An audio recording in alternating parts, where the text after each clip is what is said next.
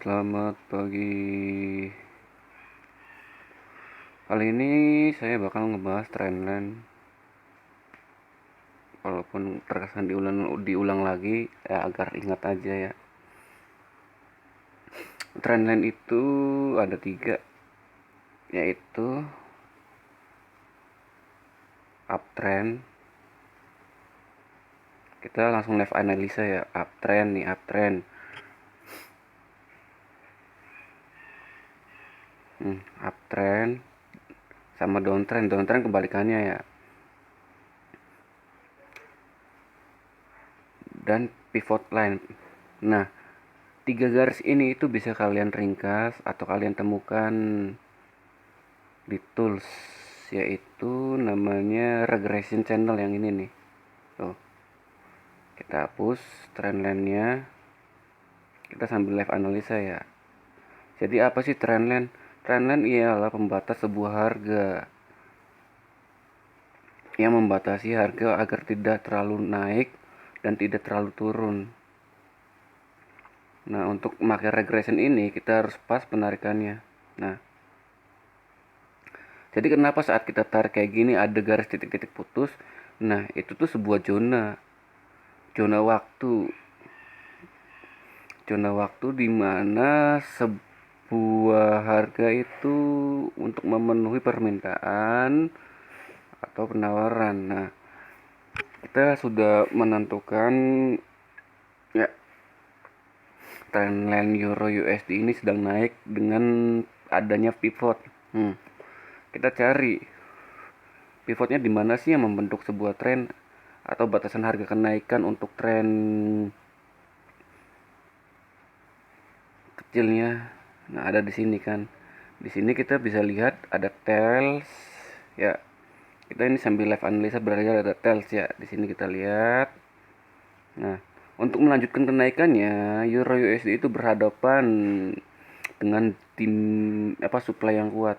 Kita tandain supply yang kuatnya. Nah, tandain supply kuatnya ada di sini kan. Nah, sebelum melanjutkan kenaikan lebih dalam, Euro USD akan sideways terlebih dahulu untuk membuat pola-pola kecil. Untuk membuat pola-pola kecil sideways, entah itu sideways dalam bentuk rank zona atau bolak-balik di situ-situ mulu. Untuk mengumpulkan kekuatan naik lebih tinggi. Nah, bagaimana kita bisa mengetahuinya? Ya, satu, kita bisa memakai Fibo. Tapi sebelum memakai Fibo, kita ukur dulu atau tentukan Elliott wave-nya ya. Gelombang Elliott motif kita pakai ini. Satu ini di sini. Ingat ya, satu itu saat terjadinya breakout. Identifikasinya yang pernah saya ajarin. Dua di sini, walaupun duanya lebih rendah atau tidak sama dengan satu, yang penting SOP-nya nomor 2 itu ya kan ya. SOP-nya nih, nomor 2 itu tidak boleh mendahului low ke 1 jika uptrend. Nah, ini yang ketiganya. Ini yang keempatnya. Nah, ini yang kelimanya. Nah, di sini kan kita baru menemukan Elliott wave super cycle. Super cycle itu ibarat kata kalau dalam paket data itu megabytes.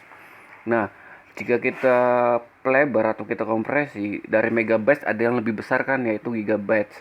Nah, kita bikin gigabytes-nya apa? Kita asumsikan gigabytes-nya itu di nomor 5 itu. Ya kan ya, sudah memasuki gelombang ketiga. Dari mana kita mengukur fraktalnya dan gelombang keempatnya di sini.